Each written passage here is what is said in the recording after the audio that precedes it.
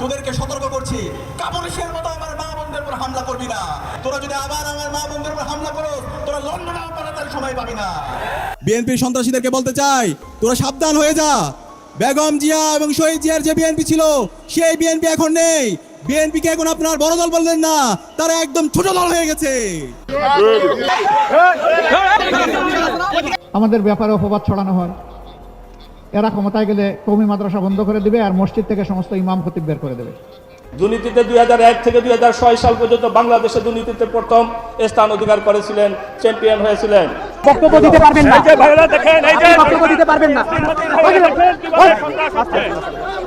আমার বক্তব্য আমি দিব, আমার আসসালামু আলাইকুম প্রিয় দর্শক এইমাত্র পাওয়া গরম খবর।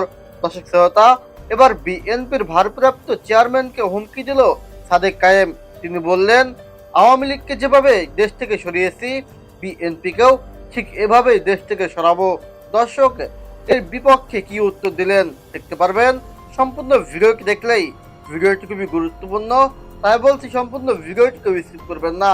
এবং যারা এমন নিত্য নতুন আপডেট খবর দেখতে পছন্দ করেন, তারা অবশ্যই চ্যানেলকে সাবস্ক্রাইব করে আমাদের সাথে থাকবেন। দর্শক শ্রোতা, তার বিষয়টা না বাড়িয়ে চলুন বিস্তারিত ভিডিওটি দেখে আসি।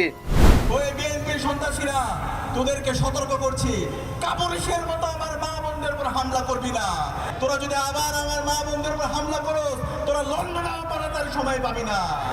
তাই সাবধান করছি, এখনো সময় আছে। বাংলাদেশপন্থী রাজনীতি কর। আমাদের সম্মানিত তারেক রহমান, তিনি বিভিন্ন জায়গায় বক্তৃতা দিচ্ছে বারবার এবং বিভিন্ন ধরনের নাটক করছে তার মঞ্চের মধ্যে। সেই নাটকের মঞ্চের মধ্যে আমরা একটিবারের জন্য হায়ের স্লোগান আমরা দেখতে পাই না, আমরা কোনো হায়ের ডায়লগ দেখতে পাই না। তাহলে আমরা কি ধরে নিব আপনি হায়ের পক্ষে অবস্থান নিচ্ছেন? না মানে হলো হাসিনা, না মানে হচ্ছে মোদি, না মানে হলো হাসিনার যে ফেসিবাদী কাঠামো সেটা রাষ্ট্রের মধ্যে রেখে দেওয়া। আপনারা কি সে হাসিনা হতে চান? তাহলে বলে দিন, তাহলে আমরা হাসিনাকে যেভাবে ডিল করেছি, হাসিনাকে যেভাবে লাঠি দিয়ে ভারতে পাঠাই দিছি, ঠিক সেইভাবে আমরা আপনার সাথে ডিল করবো।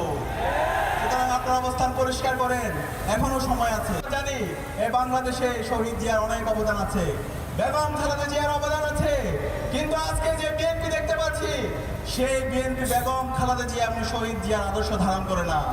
বাংলাদেশপন্থী যে রাজনীতি, সেই রাজনীতিকে তারা ধারণ করছে না। তারা সেই ফেসিবাদী যে কাঠামো, সেই চাঁদাবাজি, টেন্ডারবাজি, সন্ত্রাসের রাজনীতি আমরা দেখতে পাচ্ছি। সুতরাং আমরা অনুরোধ করব, বিএনপিকে আপনারা নিজেদের মধ্যে সংশোধন করেন, জুলাইকে ধারণ করেন, জুলাইয়ের শহীদদের আকাঙ্ক্ষাকে ধারণ করেন এবং খুব দ্রুত সময় আপনারা হায়ের পক্ষে আপনাদের ক্যাম্পেইন শুরু করেন। কিন্তু হায়ের পক্ষে যদি আপনাদের অবস্থান পরিষ্কার না করেন, তাহলে 12 ফেব্রুয়ারি পর্যন্ত যেতে হবে না। তার আগে বাংলাদেশের মুক্তিকামী ছাত্র জনতা আপনাদের বিরুদ্ধে গণরায় দিয়ে দেবে। ইতিমধ্যে আপনাদের যে অবস্থান ছিল, আপনাদের ভুল রাজনীতির কারণে আপনাদের সেই অবস্থান নষ্ট হয়ে যাচ্ছে। এক সময় শহীদ জিয়া যখন ছিল এবং বেগম খালেদা যখন ছিল, বিএনপি অনেক বড় দল ছিল। কিন্তু আজকে বিএনপির ভুল পলিসির কারণে গত 1.5 বছর ধরে চাঁদাবাজি, টেন্ডারবাজি, সন্ত্রাস এবং এই ধরনের দুর্বৃত্তায়নের রাজনীতির কারণে আজকে বিএনপি একদম ছোট দল হয়ে গেছে। সুতরাং আপনারা যদি আবার আগের অবস্থায় নিজেদেরকে ফিরে নিতে চান, তাহলে আপনারা এখনো সময় আছে, হায়ের পক্ষে আপনারা ক্যাম্পেইন শুরু করেন, তরুণ প্রজন্মকে ধারণ করেন, জুলাই বিপ্লবের আকাঙ্ক্ষাকে ধারণ করেন। বাংলাদেশের যে গণতান্ত্রিক ধারা অব্যাহত হয়েছে ছাত্র সংসদ নির্বাচনকে কেন্দ্র করে, সেই নির্বাচনগুলোর পথে আপনারা অন্তরায় হবেন না। আমরা অনুরোধ করব তারেক জিয়াকে, আপনি দ্রুত সময়ের মধ্যে আপনার এই রাজনৈতিক দলকে, আপনার দলের গুন্ডাদেরকে আপনি সামলান। আমরা গতকালকে দেখতে পেয়েছি, জুলাই বিপ্লব পরবর্তী আমাদের যে আকাঙ্ক্ষা ছিল বাংলাদেশের নির্বাচন হবে ফ্রি, ফেয়ার, ক্রেডিবল এবং সহিংসতা মুক্ত, কিন্তু আমরা দেখতে পেয়েছি গতকালকে শেরপুরে বাংলাদেশ জামাত ইসলামের উপজেলা সেক্রেটারি রেজাউল করিম ভাইকে বিএনপি সন্ত্রাসীরা কুপিয়ে হত্যা করেছে। এখন পর্যন্ত এই সন্ত্রাসীদেরকে রাষ্ট্র অ্যারেস্ট করতে ব্যর্থ হয়েছে এবং প্রায় 100-র অধিক নাগরিকদেরকে আহত করেছে। আমরা বলতে চাই, নির্বাচন কমিশন আপনারা কি করছেন? আপনারা এখন পর্যন্ত হাতে চুরি পরে বসে আছেন। আপনাদের কাজ কি? এই নির্বাচন যদি সুস্থ, অবাধ এবং নিরপেক্ষ করতে না পারেন, বিগত ফেসিবাদী আমলে বাংলাদেশের নির্বাচন কমিশনারদের যে পরিণতি হয়েছিল তার চাইতে খারাপ পরিণতি আপনাদের হবে। আমরা সাবধান করছি, নির্বাচন কমিশনের কাজ হচ্ছে একটি সুস্থ এবং অবাধ ক্রেডিবল নির্বাচনের আয়োজন করা। সুতরাং এই বিএনপি যে সন্ত্রাসীরা আমাদের রাজাউল ভাইকে হত্যা করেছে, এই সন্ত্রাসীদেরকে বিচারের আওতায় নিয়ে আসতে হবে এবং এই হত্যার দায় জনাব তারেক রহমান আপনাকেও নিতে হবে।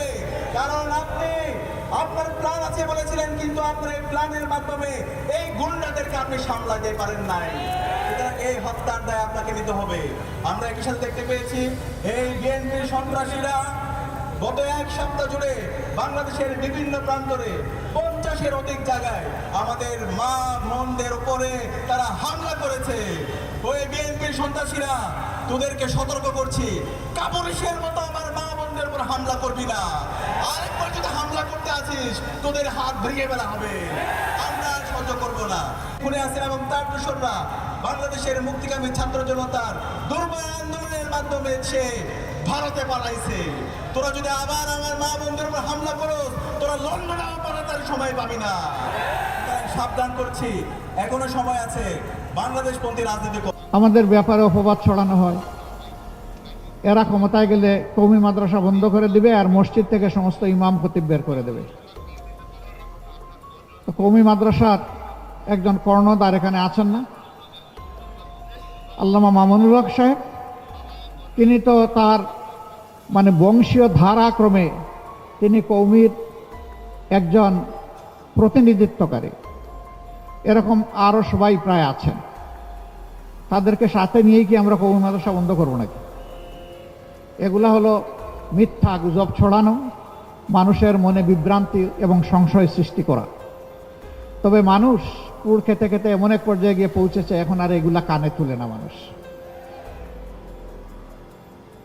আলহামদুলিল্লাহ, আল্লাহ যদি আমাদেরকে সুযোগ দেন তাহলে কওমি মাদ্রাসার বেফাক আছে, হায়াতুল উলিয়াস, সেই নেতৃবৃন্দের সাথে বসা হবে। এই সরকারের প্রতিনিধিরা বসবেন, এখানে তাদেরও প্রতিনিধিত্ব এই সরকারে থাকবে। বসে কওমি মাদ্রাসার উৎকর্ষ সাধনের জন্য যা করা দরকার তাই করতে আমরা বদ্ধপরিকর। এখন মূলত দ্বীনি শিক্ষাটাকে ধরে রেখেছে কওমি মাদ্রাসা। আমরা সেই দিন চাই, আর আমরা নাকি কওমি মাদ্রাসার বিরোধিতা করব। আশ্চর্য বিষয়। সম্মানিত ভাইয়েরা, যে যুব সমাজ বুক চিতিয়ে যুদ্ধ করেছিল তারা কি বেকার ভাতার জন্য যুদ্ধ করেছিল?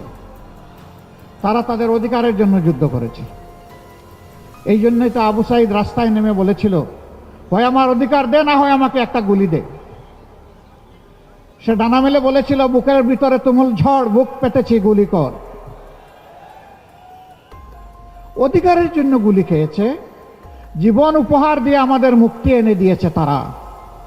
আমরা সেই জুলাই যোদ্ধা এবং শহীদদের প্রতি গভীর শ্রদ্ধা নিবেদন করছি। হ্যাঁ, সারা 15 বৎসর ধরে যারা লড়াই করে মজলুম হয়ে দুনিয়া থেকে বিদায় নিয়েছেন এবং নির্যাতিত হয়েছেন, তাদের সকলের প্রতি আমরা শ্রদ্ধা নিবেদন। আমরা কারো অবদানকে অস্বীকার করতে চাই না। কিন্তু আজকে এই যুবকদেরকে তাদেরকে কাজের উপযোগী করে দক্ষ জনবল হিসাবে গড়ে তোলার গল্প না শুনিয়ে আমরা কেন বেকার ভাতার গল্প শোনাবো? এই যুবকরা তো আমাদের কাছে মিছিল করে এসে দাবি করছে না যে আমাদেরকে বেকার ভাতা দিতে হবে। এই যুবকদের হাতকে, যুবতীদের হাতকে ইনশাআল্লাহ আমরা দেশ গড়ার মজবুত কারিগরের হাতে পরিণত করব ইনশাআল্লাহ। হাতে হাতে তাদের কাজ তুলে দেব, সম্মানের কাজ। তারা সেদিন বলবে, আমি বাংলাদেশ। বাংলাদেশ কি আমাকে দেখে জেনে নাও, চিনে নাও। আমরা সেই গর্বিত যুব সমাজ গড়তে চাই। আরেকটা কথা একেবারে সাফ, আমরা এই বাংলাদেশটা যুব সমাজের হাতেই তুলে দিতে চাই। কি যুবকরা নারাজ নাকি? কেউ জবাব দিল না যে? হ্যাঁ, কেমনে জবাব দিবে? এতক্ষণ ধরে মিটিং, আর তার উপরে আবার সূর্যের তাপ, এটা আবার মাঘ মাসে, শক্তি কি আর থাকে?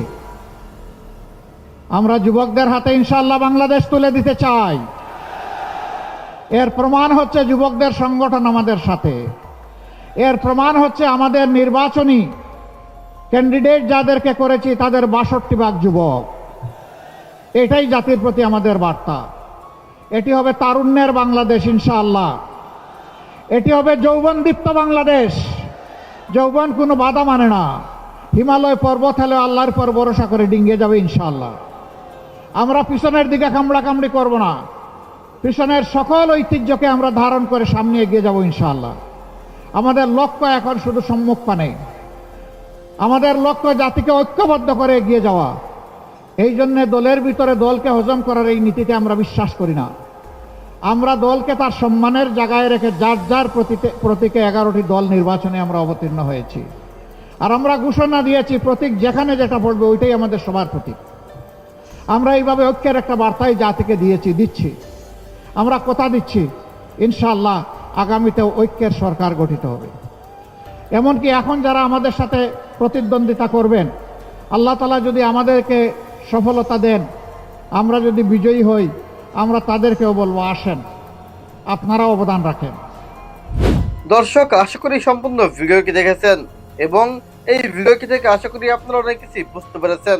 দর্শক শ্রোতা, এই ভিডিওটি থেকে আপনার যদি কোনো মতামত থেকে থাকে তাহলে আপনার মূল্যবান মতামতটি অবশ্যই কমেন্ট করে জানিয়ে দেবেন।